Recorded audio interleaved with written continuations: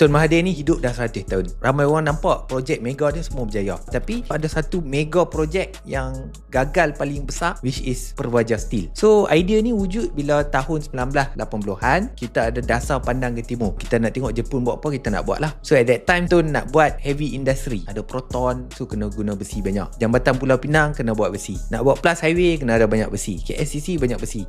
So bila nak banyak besi, kita at that time tak ada pun kilang besi. Kita kena import besi-besi luar. So dapatlah satu idea. At the same time kita boleh set up kilang besi plus boleh bangunkan pantai timur. Mereka buatlah Perwaja Steel ni dekat pantai timur dengan kolaborasi Nippon Steel dari Jepun. So Nippon Steel ni dia masuk dengan kepakaran lah. Dia dah buat lama dah. Dia ada teknologi dan dia inject dana sikit. Waktu tu kita nampak hebat lah. Tahun 1980-an Malaysia dah ada kilang besi atau industri besi mereka sendiri. So gurun tu sebenarnya cawangan Perwaja Steel. So kat Terengganu dia punya asal lah. So spillover effect dia, dua negeri ni, Pantai Timur dengan Kedah ni, tak ada banyak peluang pekerjaan, tak ada industri, mereka dapat peluang pekerjaan hasil Perwaja Steel ni. Tapi bila mereka buat benda ni, something yang mereka tak nampak, bil elektrik melambung, pengurusan out, harga besi pula jatuh. So banyak krisis. Lepas tu apa jadi? Nippon Steel dia kata okay, I nak tarik diri. Sebab benda tak jadi, tak laku, teknologi tak kena, tengah rugi.